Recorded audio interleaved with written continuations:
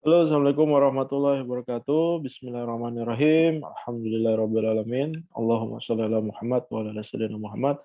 Halo teman-teman, ini kuliah perdana kita, mata kuliah pemasaran digital ya. Eh, kita akan bertemu satu semester ke depan, bicara tentang pemasaran digital. Oh ya, sebelum saya masuk ke materi, saya akan share screen dulu.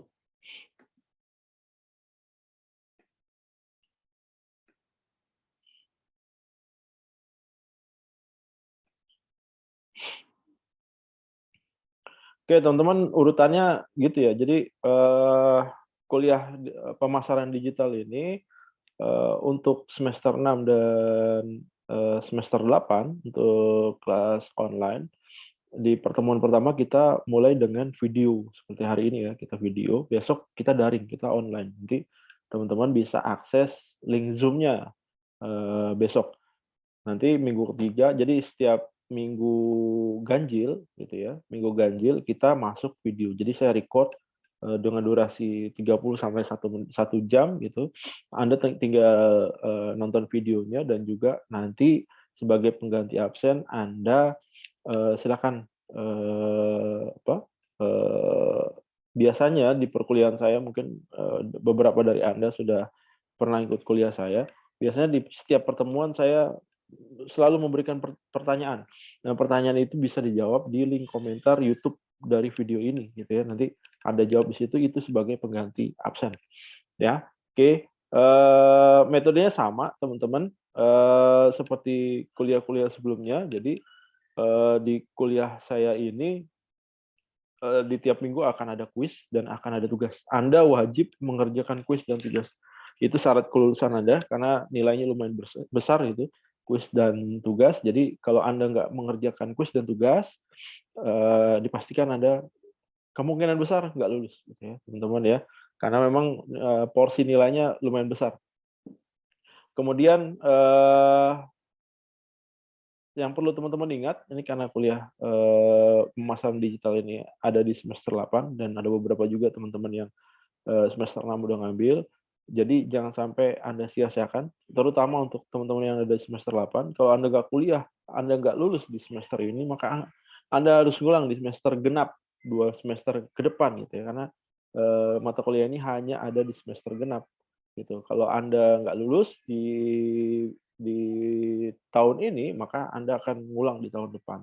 Itu kerugiannya dan Anda harus delay 2 semester gitu ya.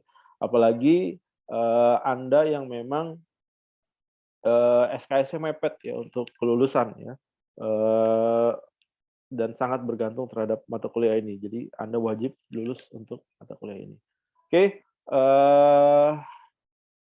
nanti kita ada 16 pertemuan ya teman-teman ya. Minggu pertama, minggu ganjil itu saya bikin video dan Anda tinggal dengerin rekamannya aja, videonya, nanti jawab pertanyaan saya, ngerjain tugasnya gitu ya. Nanti minggu kedua kita akan daring, kita akan online, ada beberapa materi yang akan saya review-review lagi ya. Nanti kita akan fokus banyak diskusi, karena durasinya untuk daring itu sekarang 150 menit, 2,5 jam. Jadi dari setengah 7 sampai jam 9 ya, teman-teman ya. Oke, dengan metode itu maka, kita akan banyak, diskusi, untuk memperdalam materi. Di pemasaran digital ini kita akan banyak, praktek ya, nanti setiap tugasnya itu biasanya saya, sisipkan praktik-praktik dan Anda bisa praktikin sendiri. Gimana caranya optimasi sosial media gitu ya, gimana caranya Anda, buat create iklan di Facebook Ads gitu ya. Kemudian Anda bisa optimasi menggunakan search engine optimization gitu ya. Kemudian nanti, di sesi ke-8, di minggu ke-8 kita akan, UTS. UTS di kelas saya, biasanya dengan 2 metode, ada esai dan ada pilihan ganda. Jadi, yang utamanya di saya pilihan ganda biasanya. Jadi teman-teman jangan sampai ketinggalan. Nanti esainya itu sebagai penambah nilai dari, ujian pilihan gandanya. Jadi, jangan sampai ketinggalan. Oke, oke. Nah, ini, slide-nya masih, kampus lama nih ya, saya belum update, sorry. saya lupa. Oke, ini pertemuan pertama kita, ini knowing your business. Sebelum kita masuk ke dalam pemasaran digital, kita harus tahu dulu bisnis kita apa sih. Kalau kalau di luar ada di luar banyak yang ngeributin KYC, knowing your your identity gitu ya. Your customer, knowing your customer. Nah, kalau di saya ini ada knowing your business, karena dengan pemasaran digital Anda memungkinkan untuk memasarkan bisnis Anda, bisnis yang ada di tempat kerja Anda atau bisnis pribadi Anda, gitu ya. Makanya kita sebelum masuk ke sana kita harus tahu bisnis kita tuh apa sih, gitu ya. Nah, ini definisi marketing, gitu ya. Menurut pengertian dari Kotler, gitu ya. The science and the art exploring, creating and delivering value to satisfy the needs of target market at a profit. Ya. Jadi memang dengan marketing ini kita mengeksplor ya. Jadi ada seninya, gitu. Ada seninya, ada polanya, ada patternnya. Kita mengformulate gitu ya, value yang kita tawarkan, nilai yang kita tawarkan dari bisnis kita untuk deliver ke customer. Apakah itu value-nya berupa barang ataupun jasa ya. Dan juga ada ini pengertian dari American Marketing Association ya. Ini the activity set of institution and processing for creating communicating, delivering, and exchanging offering that have value for customers, client, partner, and society at large. Ini menurut American Marketing Association. Okay. Apa sih bedanya tradisional dan digital? Sekarang eranya dia digital. Saya ngajar e-business itu dari pertama kali saya ngajar ya di tahun 2014. Saya udah bicara tradisional versus digital. Next udah nggak ada lagi tuh yang namanya next kita nggak akan tabu lagi tuh dengan yang namanya digital marketing gitu ya. Dulu saya pertama kali main digital marketing itu di tahun 2008 ya, 2008 waktu zamannya masih Kaskus ya. Orang masih tabu tuh. Itu saya bisa menghasilkan per day-nya itu di 2008 itu sekitar 500.000 revenue yang saya bisa dapat ya. Per bulan berarti saya bisa dapat menghasilkan 15 juta dengan jualan di Kaskus. Jadi ada triknya juga gitu. Jam kapan orang aktif, kapan kita harus online gitu ya. Kapan kita harus posting produk, kapan kita jualan gitu. Itu ada jam-jamnya, ada hour-hournya. Kalau kita over ngelewatin jam tersebut ya biasanya traffic-nya lebih rendah. Tapi kalau misalkan kita during high traffic itu, maka potensi kita mendapatkan pelanggan itu lebih besar. Nah, dulu masih tabu teman-teman ya. Orang yang nggak pernah keluar rumah terus punya banyak duit, orang pada curiga gitu ya. Dulu saya bisa ngasilin 500.000 sebulan gitu, kemudian 500.000 per hari, sebulannya 15 juta gitu ya. Begitu akhir bulan saya kasih duit ke orang tua saya nggak mau terima gitu. Karena apa? Karena saya nggak pernah kerja. Saya nggak pernah keluar rumah, nggak pernah keluar kamar bahkan gitu ya. Jarang keluar kamar. Keluar kamar cuma makan doang. Sisanya saya online lagi. Kalaupun keluar rumah biasanya nganter barang. Dan 70% bahkan 80% dari bisnis yang saya jalankan itu adalah reseller ya, affiliate. Jadi saya hanya memasarkan dan orang lain yang mengirim. Orang lain yang purchase, orang yang beli, dia yang stok gitu ya. Saya hanya menjualkan aja. Jadi saya terima beres aja. Jadi saya cuma sebagai perantara. Duitnya masuk ke saya setor kepada penjual, menjual kirim barang gitu. Begitu barangnya sampai ya udah clear. Di situ saya dapat revenue dan itu 80%. Jadi 20% dari bisnis saya punya barang sendiri. Itu 20% dan sangat kecil sekali. Jadi per harinya itu bisa dihitung, saya keluar 2 hari dan berapa jam saya keluar itu bisa kehitung gitu ya. Jadi saking jarangnya saya keluar rumah gitu ya.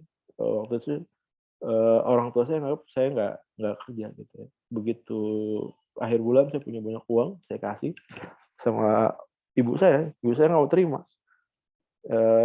Dari mana gitu ya. saya bisa dapat banyak uang, tapi nggak pernah keluar rumah. Nah itu jadi pertanyaan serius di 2008. Tapi kalau kita bicara itu hari ini, this is not, itu bukan sesuatu yang tabu. Bahkan mungkin ada lulusan STIMIK Indonesia gitu, dulu Inaba kan namanya STIMIK, lulusan kakak kelas Anda gitu ya, begitu lulus dari kampus gitu ya, dia jadi penjual online, bahkan bisa beli rumah gitu, di Jakarta Barat, kemudian dia bisa punya mobil, punya bisnisnya berkembang ya, dia punya konveksi sendiri. Awalnya saya tahu dia hanya jualan apa celana celana jeans gitu ya, dia ngambil dari Tanah Abang. Bisnisnya berkembang dan dia dapetin income yang banyak. Oke, ini tradisional versus digital gitu ya. Goals-nya apa sih? Goals-nya memelihara dan meningkatkan customer base. Jadi ada kelebihan dan ada kekurangannya dari masing-masing metode ini, baik itu tradisional ataupun di digital ya. Cuma kelebihan digital ini target marketnya bisa sangat segmented ya. Kita bisa bisa menyasar di satu lokasi gitu, bisa interaksi terhadap merek. Jadi ada orang-orang yang memang saking keranjingan ya, saking dia senang sama merek tertentu, bahkan sampai aktivitas di digitalnya itu berhubungan dengan merek tertentu juga, ya. Kita sebagai marketer kita bisa nyasar tuh. Saya jualan produk dengan merek A gitu ya. Eee, kepada siapa saya pasarkan produk merek A gitu ya. Kalau Anda mau lebih efisien menghemat biaya iklan Anda, maka pasarin aja kepada orang-orang yang memang suka produk A gitu. Kalau Anda memasarkan kepada semua orang yang ada di pengguna digital gitu ya, otomatis itu akan membuang waktu Anda. Kenapa membuang waktu Anda? Karena ya nggak semua orang senang produk A ya, senang merek A. Jadi ada orang juga senang merek B gitu ya. Akan lebih efisien kalau Anda memasarkan produk merek A kepada orang yang memang suka produk merek A. Oke. Kemudian yang kedua bisa diukur secara akurat, berdasarkan klik, bisa berdasarkan lama dia stay gitu, misalkan kayak ini katakanlah, banner banner iklan gitu ya, biasanya kayak kita scroll-scroll kan kalau misalkan kita pakai smartphone gitu ya. Begitu kita scroll, kita berhenti di satu titik dan kebetulan ada banner itu gitu, menjelaskan tentang produk itu. Maka itu bisa juga kita orang tersebut gitu atau kita gitu ya, dicatat sebagai seseorang yang minat terhadap produk tersebut, oke. Kemudian berdasarkan, watch gitu ya, kemudian, bisa ngelihat performa iklan, performa landing page, performa web dan segala macam. Value, ya berikutnya ada value ya, nilai, nilai apa yang bisa kita tawarkan gitu. Marketing dapat memenuhi permintaan, digital marketing mendorong terciptanya permintaan. Jadi, kalau di di tradisional, marketing itu bisa memenuhi permintaan gitu ya. Jadi, kayak sekarang lagi marak isu, mie goreng, minyak goreng, marketing itu bisa.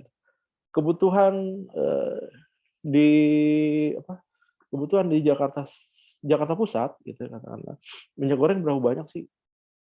Dia butuh sekitar, 5.000 liter gitu ya. Ya udah, disuplai aja di sana 5.000 liter. Tapi kalau digital marketing beda teman-teman ya. Pemasaran digital itu beda. Katakanlah di Jakarta Pusat kita mau menciptakan market, minyak goreng 5.000 liter, itu bisa dilakukan oleh, digital marketing. Jadi dia bisa mendorong terciptanya permintaan, oke. Kalau marketing hanya sekedar memenuhi permintaan. Permintaannya berapa, dicukupin gitu ya. Tapi kalau digital marketing, dia bisa meng-endorse, "Ayo dong," bisa mempengaruhi seseorang, tadinya dia nggak minat akan suatu produk menjadi, minat akan sebuah produk gitu ya. Kemudian sebuah merek di internet dapat diperoleh, dapat memperoleh value dalam bentuk waktu, perhatian, dukungan, dan konsumen. Untuk user value dapat ditambahkan dalam bentuk hiburan ya, pendidikan, utilitas, membangun loyalitas di antara pengguna yang menyukai produk atau layanan mereka. Harus jalan dengan nilai aspirasi dan pengguna, ya. Pengguna yang jatuh cinta dengan produk dan layanan itu tadi, dia keranjingan akan suatu merek tertentu. Nah, itu biasanya lebih apa ya, lebih enak kenanya ya, lebih kena gitu ya, kita nembak, marketingnya. Ini ada 4P marketing ya, ini dari Kotler dan Armstrong ya. Ada 4P dari 4P marketing, di antaranya ada product, price, place, dan juga promotion ya. Kalau kita win di 4P ini gitu ya, otomatis, eee, sangat kecil kemungkinan produk kita nggak dibeli sama orang gitu ya. Biasanya kalau kita udah unggul di produk gitu ya, unggul di price, unggul di promotion, unggul di tempat, lokasi gitu ya, udah pasti kita, akan jadi winner. Tapi biasanya nggak semua produk punya 4P ini, bahkan mungkin, produk itu cuma punya 1P aja. Dari sisi price murah gitu, kayak, apa, barang-barang dari Cina gitu. Dari sisi price murah gitu. Tapi kalau dari sisi produk, varietas, quality, mungkin quality nggak bagus ya, desainnya monoton mungkin ya. Dari sisi produk sendiri, dia low gitu ya, tapi price-nya murah gitu. Kemudian dari sisi promotion, promotion nggak ada promotion ya. Kemudian dari sisi place, tergantung siapa yang jualan gitu. Jadi dia hanya bermain di sisi, price gitu. Jadi kita harus tahu, knowing your business gitu. Kita harus tahu produk yang kita bawa ini, produk yang ada di apa, perusahaan kita, ataupun produk yang kita punya gitu ya. Ini unggul di mana? Di sisi produknya gitu ya, di sisi place-nya, tempat Anda jualan gitu ya, di sisi promotion atau di sisi price gitu. Contohnya misalkan Anda, jualan nasi uduk ya pagi hari gitu ya. Tempat itu menentukan ya teman-teman ya. Kalau Anda jualan nasi uduk di pagi hari gitu ya, jangan jualan di arah orang pulang gitu ya. Misalkan, iya, jadi bisa kalau ke jalan raya itu, apa, usahakan di jalan orang pergi ya teman-teman ya. Jadi, kalau misalkan Anda jualan nasi uduk kan mayoritas, pembeli Anda adalah orang-orang yang mau pergi ke kantor, mau pergi, kerja gitu ya, mau pergi apa, kuliah gitu ya, dia butuh sarapan gitu. Nah, itu Anda cari tempat-tempat yang memang, eee, apa, jalur orang kerja, tapi jangan di sebelah kanan teman-teman ya, di sebelah kiri. Jadi karena kita, apa, jalurnya di sebelah kiri gitu ya, kalau orang naik motor, naik kendaraan dan segala macam, di jalur sebelah kiri, maka Anda jualan di sebelah kiri. Kenapa Anda nggak jualan di sebelah kanan gitu? Karena kalau di sebelah kanan, orang akan mikir 2 kali untuk beli produk Anda. Kenapa dia mikir 2 kali? Karena mayoritas orang pergi beraktivitas di pagi hari, dia punya keterbatasan waktu. Kalau dia punya keterbatasan waktu, dia akan ngambil sesuatu yang simpel aja. Dia nggak peduli masalah rasa mungkin, dia nggak peduli masalah harga mungkin. Tapi sepanjang dia bisa mengakses produk Anda dengan cara yang cepat, kemudian, gampang gitu ya, mudah, parkirnya gampang gitu ya, maka dia akan beli produk Anda. Tapi kalau Anda ngambil tempat di jalur kanan gitu ya, dan mayoritas itu dilalui sama orang pulang kan, kalau orang pulang jalur jalur kanannya orang pergi kan, orang pulang ya berarti. Maka boleh jadi pembeli Anda akan sedikit gitu ya. Karena high traffic-nya ada di jalur orang pergi. Sebaliknya gitu ya, kalau Anda punya kafe gitu ya, jangan, Anda bangun tempat di mana jalur orang pergi gitu ya, di sebelah kiri jalur orang pergi. Karena apa? Nggak akan ada yang beli gitu ya. Kafe itu tempat orang wasting time gitu, tempat orang ngebuang waktu, tempat orang, punya banyak waktu dan dia ngebuang waktunya gitu ya. Kapan sih orang mau ngebuang waktunya? Orang mau ngebuang waktunya saat apa? Saat dia pulang kerja. Makanya saat Anda kalau Anda punya usaha kafe gitu ya, atau coffee shop, maka bangun, cari tempat, kafe atau coffee shop Anda, di mana, sebelah kirinya jalur orang pulang kerja. Maka potensi kafe atau coffee shop, dari bisnis Anda itu akan lebih banyak dilirik orang. Nanti dari sisi place Anda udah win gitu ya, tinggal pikirin nih produknya. Produknya apa ini? Misalkan Anda jualan nasi uduk, gimana caranya produk Anda punya nilai unggul gitu ya. Kalau udah ketemu produknya, baru kita bicara tentang price gitu. Kira-kira dengan produk Anda, nasi uduk pakai apa, pakai telur sambal balado gitu, kasih bihun, kasih, tempe orek gitu ya, kira-kira price yang pantas itu berapa? Dengan rasa produk Anda itu kira-kira price-nya berapa sih? Anda benchmark juga tuh sepanjang jalan, Anda tempat jualan gitu ya, sepanjang lokasi misalkan, ada perumahan di sini dan Anda jualan di sini gitu ya, di sepanjang jalan itu berapa banyak orang yang jualan, yang sama dengan produk Anda. Ada estimasi berapa, average dari harga mereka, kemudian Anda taste rasanya seperti apa gitu ya, maka Anda bisa nentuin price yang tepat untuk produk Anda berapa. Nggak selamanya yang Rp1.000 itu mahal, atau nggak selamanya Rp1.000 itu murah gitu ya. Anda, makan di restoran, di mall gitu ya, Anda ngabisin 200.000, Anda feel so-so ya, Anda biasa-biasa aja gitu ya. Tapi kalau misalkan Anda makan di pinggir jalan gitu ya, kaki lima, Anda makan ngeluarin 200.000, pasti Anda bilang, "Wah, mahal banget," gitu. Jadi tergantung ya. Kemudian, sudah itu Anda baru pikirin promosinya. Nanti begitu 4 P-nya ini, Anda bisa penuhin, ya otomatis traffic dari jualan Anda akan semakin besar. Oke. Jadi penjualan versus pemasaran. Kalau penjualan ini mulai dari pabrik, produknya sudah ada gitu ya, sudah ada penjualan dan promosi. Dapat laba lewat penjualan. Kalau pemasaran gimana? Pasar, kemudian ada kebutuhan pelanggan, pemasaran terpadu, kemudian ada laba lewat kepuasan pelanggan. Jadi, yang disasar beda, teman-teman. Kalau penjualan itu yang disasar adalah laba, keuntungan, revenue berupa, materi gitu ya. Tapi kalau pemasaran, Anda mencari kepuasan dari pelanggan Anda. Tergantung dari produk Anda nih, Anda ngehitnya yang mana gitu ya. Eee, Mau penjualan atau pemasaran gitu ya. Nah ini, sebelum kita bicara jauh nih internet penetrasi nih di tahun 2021, seperti tergambar nih, eee, mayority udah hampir 100% nih, eee, internet absorption ya, penyerapan pengguna internet ya di dunia. Di Indonesia sendiri udah 80% ke atas ya teman-teman ya. Sosial media juga sama ya teman-teman ya. Anda lihat udah banyak mayoritas orang menggunakan, sosial media ya. Di Southeast Asia, di Asia Tenggara sendiri udah 69%. Mungkin 2022 ini, lebih banyak lagi ya teman-teman ya. Kemudian di dunia, mayoritas pengguna sosial media adalah pengguna Facebook ya teman-teman. Yang kedua adalah YouTube, yang ketiga WhatsApp, yang keempat FB Messenger. Dan ini kayaknya udah mulai ditinggalkan. Ini update-nya per 25 Januari ya teman-teman. Kemudian ada Instagram. Nah ini, belum muncul ya TikTok ya di Januari 2021. Harusnya, bisa naik juga ya.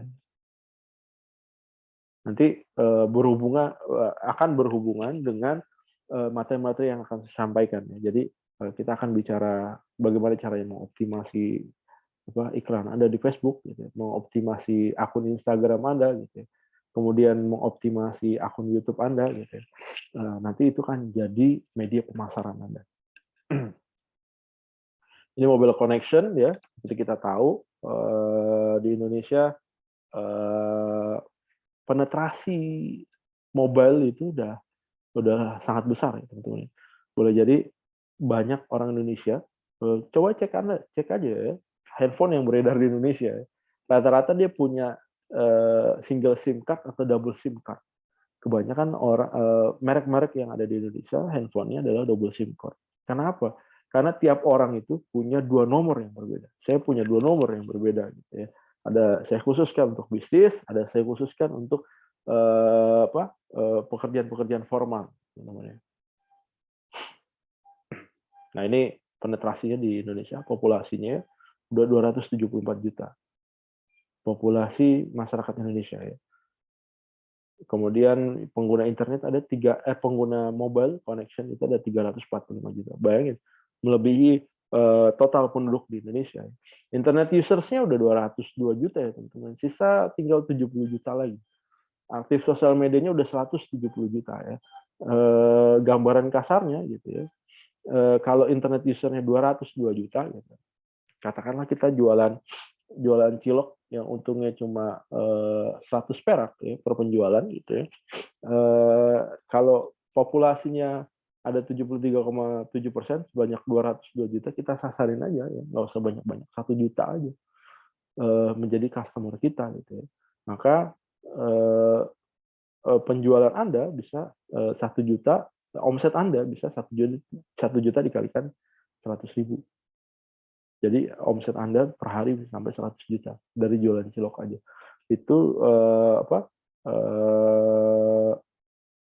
dari potensi market yang ada di Indonesia. Bentar, sorry.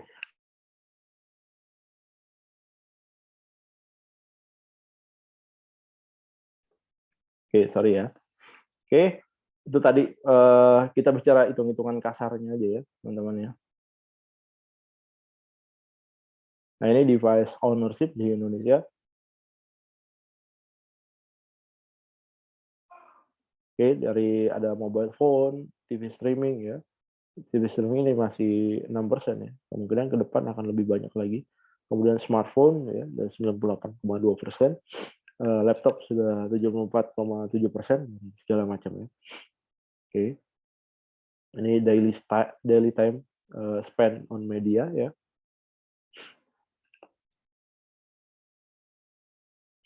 Ini top website traffic ya.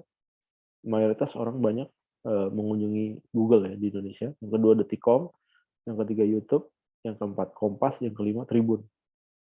Menarik nih teman-teman ya, Tribun ya. Tribun itu bukan media yang besar ya, nggak sebesar Detik atau nggak sebesar Vivaco ID ya teman-teman ya. Tapi dia bisa punya high traffic. Bahkan kalau Anda lihat berita-berita di Tribun News, kalau Anda lihat itu banyak berita-berita yang ambil dari source sosial media yang lain gitu ya, situs berita yang lain, diposting lagi dengan di package dengan kemasannya dia, dan dia dapat high traffic juga, masuk 5 besar, luar biasa ya. Dan itu yang akan kita pelajarin ke depan. Twitter.com ada di urutan 20 ya. Ini proporsi penduduk Indonesia. Nah ini teman-teman ya, ini proporsi penduduk Indonesia dalam satuan jiwa ya teman-teman. Jadi ada Gen Z. Gen Z ini yang lahir di tahun 97 sampai 2012 ya.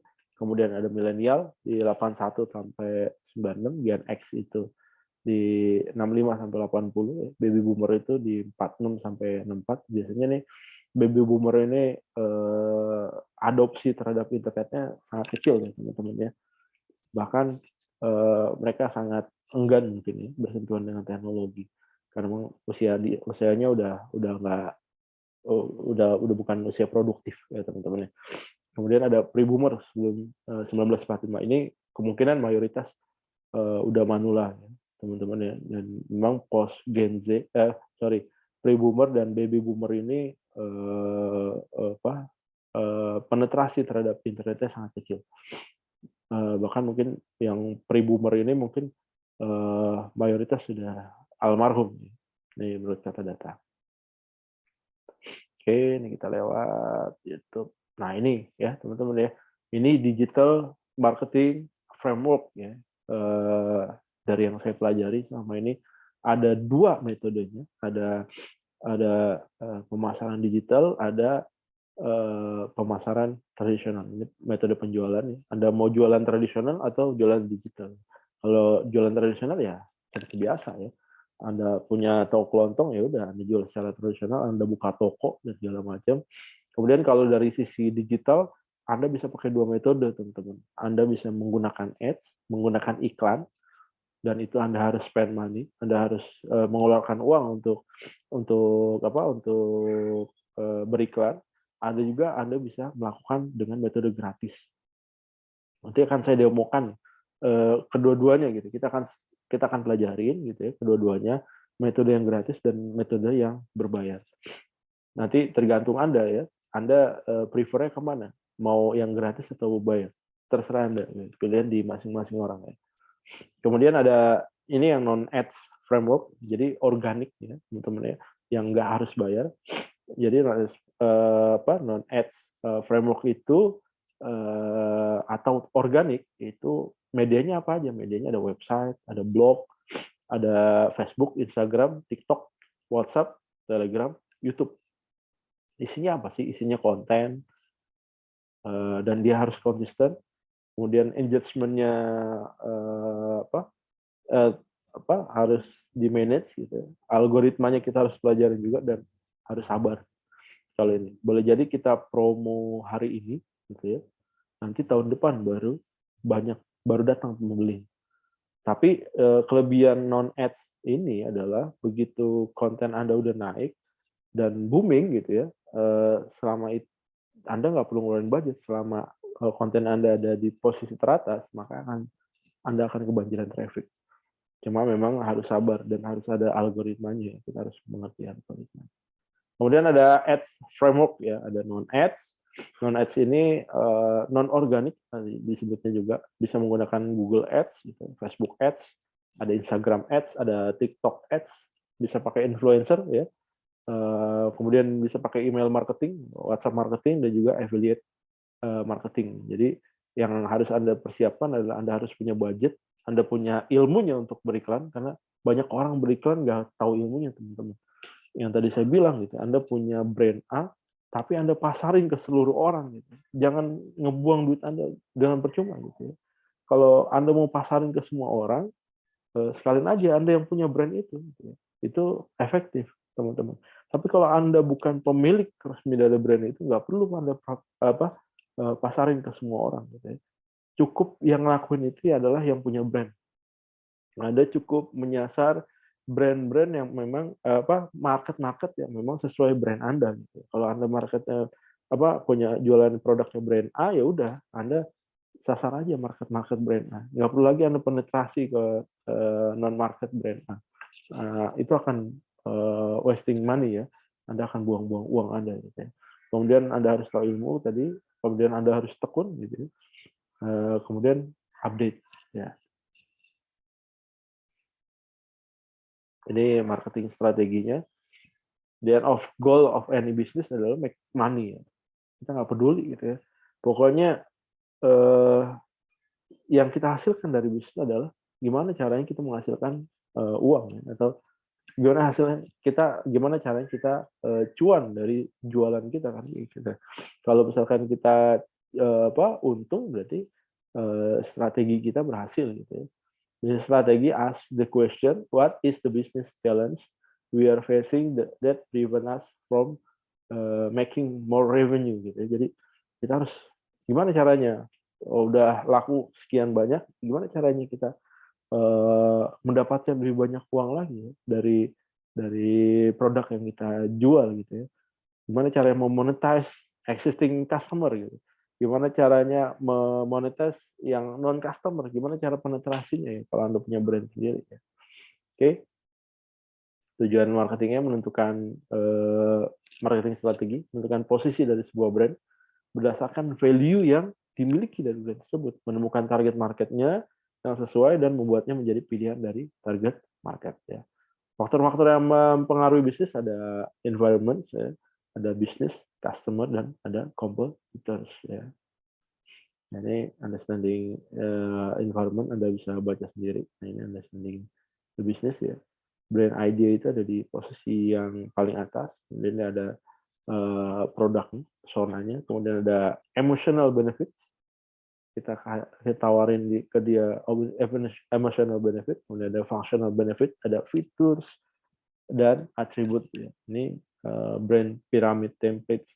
Jadi dengan tercukupin yang hitam ini, maka Anda akan masuki brand idenya. Nah, ini understanding your customer ya. You need to conduct market research. Jadi sebelum Anda jualan, Anda harus tahu kondisi market Anda ya. Anda harus riset, jangan Anda jualan berani mati ya. Anda beli produk banyak, Anda nggak tahu marketnya berapa besar gitu. Anda nyewa tempat di suatu tempat, tapi Anda nggak tahu posisi marketnya seberapa besar, itu sama aja nyari mati ya. Sama aja, bukan nyari mati, sama aja apa, Anda ngebuang-buang duit Anda gitu ya. Sayang gitu ya. One important area on which to focus here is the consumer journey ya. Jadi ada consumer journey ya, mulai dari dia in touch dengan produk kita, berkenalan dengan produk kita, kemudian dia banyak nanya, kemudian dia berinteraksi dan beli. Jadi ada customer journey ya. Nah, ini kalau kita bicara customer journey, mulai dari ini pelanggannya gitu ya. Anda melakukan promosi dan dia mengenal produk Anda. Kemudian Anda mengkonvertnya, gitu ya. Jadi dia beli produk Anda dan di situ ada dia puas atau enggak. Kalau dia excited, gitu ya, kalau dia puas, maka boleh jadi nanti Anda akan membentuk satu brand sendiri. Ya. Jadi Anda bisa earning money lagi dari dia gitu. Jadi dulu waktu yang jualan saya di Kaskus itu, saya pernah jualan sepatu brand salah satu brand. Dan itu sampai sekarang juga masih ada orang yang nanyain gitu. Bahkan sekarang saya udah nggak jualan lagi. Kadang-kadang masih suka terima SMS ya. Kan nomor saya masih yang lama gitu ya. Masih terima SMS. Produk A masih ada apa enggak gitu ya. Bahkan saya pernah dulu jualan customer saya ada di Italia gitu. Saya jual sepatu brand yang memang lumrah ya ada di Eropa, tapi mereka lebih prefer beli dari Indonesia. Oke, nanti mereka kalau memang dia tertarik dia excited, dia bisa subscribe. Dari subscribe kita bisa earning money lagi dari mereka, repeat order dan segala macam ya. Tapi kalau memang dia nggak exciting dengan produk kita, dengan penawaran kita, dengan service kita, maka boleh jadi dia akan pindah ya, ke tempat yang lain. Kemudian kita harus tahu nih kompetitor kita. Tadi saya bilang tuh ya ke Anda, kalau Anda buka nasi uduk gitu ya, Anda harus cari di posisi orang pergi kerja, kemudian Anda harus mapping kompetitor Anda di jalan itu, rasanya gimana, menunya apa aja gitu ya, kemudian harganya berapa gitu ya. Kalau Anda nggak mapping itu, boleh jadi Anda nggak tahu sebenarnya medan perangnya itu seperti apa gitu. Ya, kalau Anda perang kan Anda harus tahu ya, musuh Anda ini punya peralatan tempur seberapa besar ya. Dia punya jet tempur apa enggak? Dia punya kapal selam atau enggak? Dia punya tentara berapa banyak gitu ya. Kalau Anda nggak punya gambaran itu, kemudian Anda terjun ke medan tempur gitu ya, cuma modal nekat, modal bambu runcing gitu, kapan Anda menangnya gitu ya? Anda nggak akan menang. Bahkan mungkin kalaupun Anda menang lama sekali teman-teman. Dan belum tentu semua orang konsisten ya. Belum tentu semua orang tough gitu ya. Dengan waktu yang lama paling sebulan udah nyerah dia, bisa jadi. Dengan nyerahnya dia nggak akan balik lagi untuk mengulangi aktivitas gitu ya. Jadi kalau kita udah tahu kompetitor kita bisa tahu, kita bisa ngukur. Dengan metode ini kalau sukses berarti memang Anda ada prospek gitu ya. Karena Anda udah ngukur kompetitor Anda. Tapi kalau Anda belum ngukur kompetitor Anda, itu akan susah, teman-teman. Seberapa besar strategi yang Anda luncurkan, seberapa baik gitu, itu akan susah gitu ya. Jadi kita petakan menggunakan bisnis model Canvas ini banyak digunakan oleh startup ya. Dia banyak gunain ini buat nyari funding dari investor-investor ya. Jadi di bisnis model Canvas ini ada 9 kotak ya. Kotak pertamanya ada produk, ini value proposition, jadi value yang ditawarkan, value unik yang ditawarkan di bisnisnya dia, di bisnis Anda gitu, yang nggak ada di tempat lain. Kalau Anda jual nasi uduk, value-nya apa nih di tempat Anda gitu. Misalkan value unik yang di tempat Anda punya semur jengkol rasa daging gitu ya, rasa semur daging misalkan. Nah, itu value yang ditawarkan. Dengan ada semur jengkol yang rasa daging itu, kira-kira customer Anda siapa aja? Anda petakan nih satu-satu gitu ya. Kemudian relationship-nya gimana? Cara Anda berhubungan. Kemudian cara si customer ini apa mendapatkan produk Anda kayak gimana? Gitu ya. Kemudian dari sini, dari value proposition, kira-kira aktivitas apa aja yang harus dilakukan supaya menghasilkan value proposition tersebut, gitu ya. Dengan aktivitas tersebut, kira-kira apa sumber daya apa aja yang harus dimiliki supaya apa? Supaya value configuration-nya bisa dilakukan, gitu ya. Nah, di sini partner network-nya siapa aja, partner network dari jualan Anda. Kalau jualan nasi uduk siapa aja? Tukang beras misalkan, atau tukang tempe, tukang apa lagi gitu ya. Nah, dari sini di financial aspeknya ini revenue models ya. Dari mana Anda bisa menghasilkan uang, kemudian cost structure-nya apa aja. Cost structure itu biaya-biaya yang ditimbulkan tuh apa aja. Ini sama kayak ini ya. Ini ada case study namanya Kelly's Lemonade gitu ya. Value yang ditawarkan adalah cold, tasty, natural gitu ya. Lemonade on the go gitu ya. Customer-nya siapa? Customer-nya park visitors. Karena apa? Karena si si Kelly's Lemonade ini buka lapaknya di taman ya. Kemudian cara relationship-nya gimana? Personal. Orang-orangan ya. Gimana cara si customer ngakses produk dia? Maka dia tinggal ngunjungin booth sales-nya dari si Kelly atau dia bisa masuk ke situsnya ya www.kellyslemonade.com ya. Kemudian siapa nih partnernya? Partnernya supplier lemon gitu ya, supplier es ya, supplier sirup misalkan. Apa yang harus dilakukan si Kelly ini supaya bisa menghasilkan lemonade yang cold, tasty, dan natural gitu. Jadi making lemonade, marketing, selling, segala macam. Resource-nya apa aja yang harus dimiliki? Ya, ini resep, misalkan sales people, wood, equipment, ya. Kemudian cost structure-nya dia beli apa? Beli beli apa? Gaji karyawan misalkan. Punya equipment, flyer, dan segala macam. Revenue stream-nya dari mana? Revenue stream-nya dari penjualan lemonade dan juga tips dari pelanggan. Ya. Ini juga contoh lain dari apa?